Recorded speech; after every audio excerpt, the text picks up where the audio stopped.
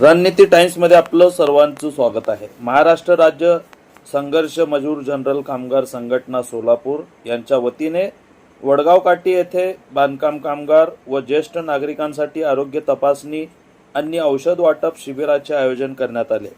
या शिबिरात 75 बांधकाम कामगार कार्डधारकासह ज्येष्ठ नागरिकांची तपासणी करून त्यांना आवश्यक गोळ्या औषधे वितरित करण्यात आली। हे शिबिर जन आरोग्य योजनेच्या सहकार्याने पार पडले। या उपक्रमासाठी संघटनेचे जिल्हाध्यक्ष बापूसाहेब कारंडे, सोलापूर शहर उपाध्यक्ष चंद्रशेखर आळगीकर, शहराध्यक्षा तेजल रोहित परदेशी, जिल्हा उपाध्यक्ष किसन जाधव, राजाभाऊ किसन जाधव, संघटक शोभा कवाडे, मेघा तटरास, फारुख बोरगावकर, मुनाफ शेख, प्रशांत गावडे, रामा कांबळे, वडगाव उत्तर तालुका अध्यक्षा साखराबाई सुरवसे तसेच ज्ञानेश्वर माळी, प्रशांत तुंगी, सपाटेताई आदी पदाधिकारी उपस्थित होते। आरोग्य तपासणी जन आरोग्य योजनेचे अधिकारी जावेद शेख, तैयबा पटेल, जमादार व त्यांच्या टीमच्या उपस्थितीत पार पडली। शिबिराच्या यशस्वी आयोजनाबद्दल जिल्हाध्यक्ष बापूसाहेब कारंडे यांनी जन आरोग्य योजनेच्या सर्व टीमचे तसेच वडगाव काठी येथील सर्व बांधकाम कामगारांचे